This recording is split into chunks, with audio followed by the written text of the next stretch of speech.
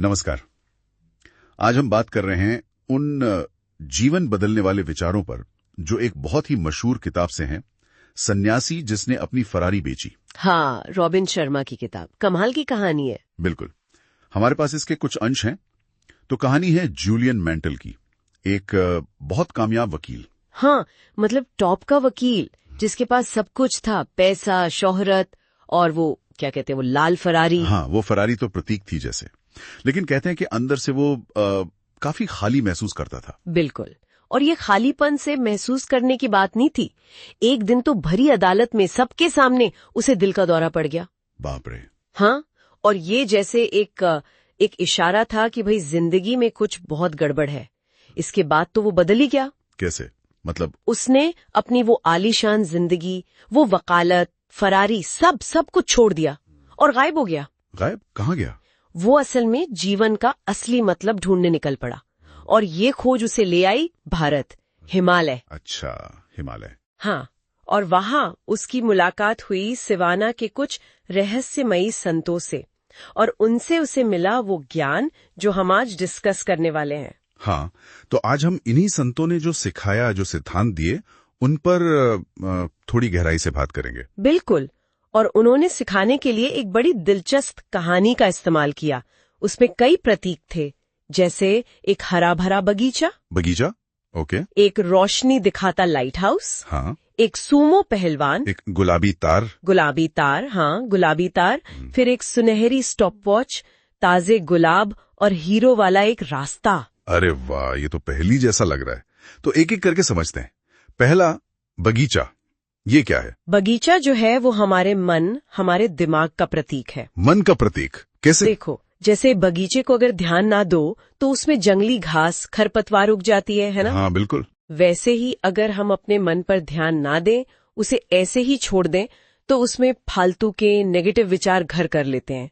तो संतों का पहला सबक था, अपने मन के बगीचे के मालिक बनो, उसे संभालो। मतलब अपने विचारों को काबू में रखो। पर ये कहना आसान है, उन्होंने कोई तरीका बताया? हाँ, उन्होंने ऑपोजिशन थिंकिंग यानी विपरीत सोच का अभ्यास करने को कहा। विपरीत सोच? हाँ, मतलब जैसे ही कोई नकारात्मक, कोई नेगेटिव विचार मन में आए, उसे पहचानो और फौरन जानबूझकर एक अच्छे, पॉजिटिव, रचनात्मक विचार से बदल दो। ये सिर्फ अच्छा सोचना नहीं है, ये एक्टिवली विचारों की दिशा बदलना है। समझ गया। मन को संभालने के बाद अगला प्रतीक था लाइट हाउस। इसका क्या मतलब? लाइट हाउस प्रतीक है जीवन में उद्देश्य का, लक्ष्य का, पर्पस का। अच्छा। जैसे लाइट हाउस समुन्दर में जहाजों को रास्ता दिखाता है, भटकने से बचाता है, वैसे ही जीवन में अगर स्पष्ट लक्ष्य हो तो हमें दिशा मिलती है, पता होता है कहाँ जाना है। हाँ, ये बात तो है। और संतों ने ये भी कहा कि सिर्फ लक्ष्य बनाना काफी नहीं, ये जानना भी जरूरी है कि आप वो लक्ष्य क्यों पाना चाहते हैं। वो क्यों जो है वही असली ताकत देता है। दिलचस्प। अच्छा, इसके बाद वो 3 चीजें थीं, सुमो पहलवान, वो गुलाबी तार और स्टॉप वॉच। ये तीनों क्या सिखाते हैं? ये तीनों जुड़े हैं आत्म अनुशासन और लगातार खुद को बेहतर बनाने से, कंटिन्यूस इम्प्रूवमेंट। ओके। सुमो पहलवान जो है वो काइजन के सिद्धांत का प्रतीक है। काइजन मतलब रोजाना छोटे छोटे लगातार सुधार करना, एकदम से बड़ा बदलाव नहीं, बल्कि रोज थोड़ा थोड़ा। अच्छा, छोटे कदम। हाँ, और गुलाबी तार जो है वो इच्छा शक्ति मतलब विल पावर और अनुशासन का प्रतीक है।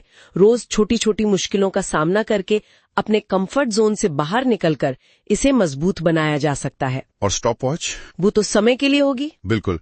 स्टॉप वॉच हमें याद दिलाती है कि समय कितना कीमती है, इसे बर्बाद ना करें, अपने सबसे जरूरी कामों को पहचानें और उन्हें पहले करें। प्राथमिकता तय करना। तो कैजन, इच्छा शक्ति और टाइम मैनेजमेंट, ये तीनों मिलकर सेल्फ इंप्रूवमेंट की बात करते हैं। एग्जैक्टली। ये पर्सनल ग्रोथ की नींव है। और आखिर में थे गुलाब और वो हीरों का रास्ता। इनका क्या संदेश था? गुलाब प्रतीक है निस्वार्थ सेवा का, दूसरों की मदद करने का, उनके जीवन में कुछ अच्छा करने का। संत कहते हैं कि असली खुशी लेने में नहीं, देने में है। गिविंग इज रिसीविंग वाली बात। हाँ, कुछ वैसा ही। और हीरो का रास्ता हमें सिखाता है वर्तमान में जीना, प्रेजेंट मोमेंट में। मतलब ना अतीत के पछतावे में अटके रहो, ना भविष्य की चिंता में। जो है वो अभी है, इस पल की खूबसूरती को महसूस करो। तो कुल मिलाकर जूलियन की कहानी ये बताती है कि वो फरारी, वो पैसा, वो बाहरी सफलता थी, हाँ, जो अंदर से खोखली थी। और असली बदलाव तब आया जब उसने इन भीतरी सिद्धांतों को अपनाया, एक सादा पर उद्देश्यपूर्ण जीवन चुना। बिल्कुल। सच्ची सफलता इस बात में नहीं है कि आपने कितना कमाया या क्या हासिल किया, बल्कि इसमें है कि आप इस सफर में क्या बने, आपका आंतरिक विकास कितना हुआ। बहुत खूब। तो इसी सोच के साथ हम सुनने वालों के लिए एक सवाल छोड़ते हैं।